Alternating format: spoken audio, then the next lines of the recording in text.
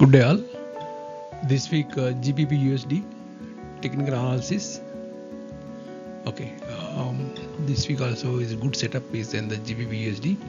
Maybe it will little bit small correction. It will come here correctively, then it will go up, or else it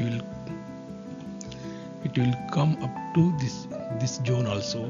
No, if this zone, then from there it will go up.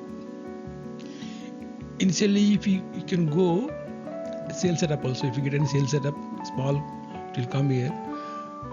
Once reach this zone, this area, this zone, no order block, this order block. So this one from there, if you reach here, you can look for buy setup from here to here. Buy setup is better.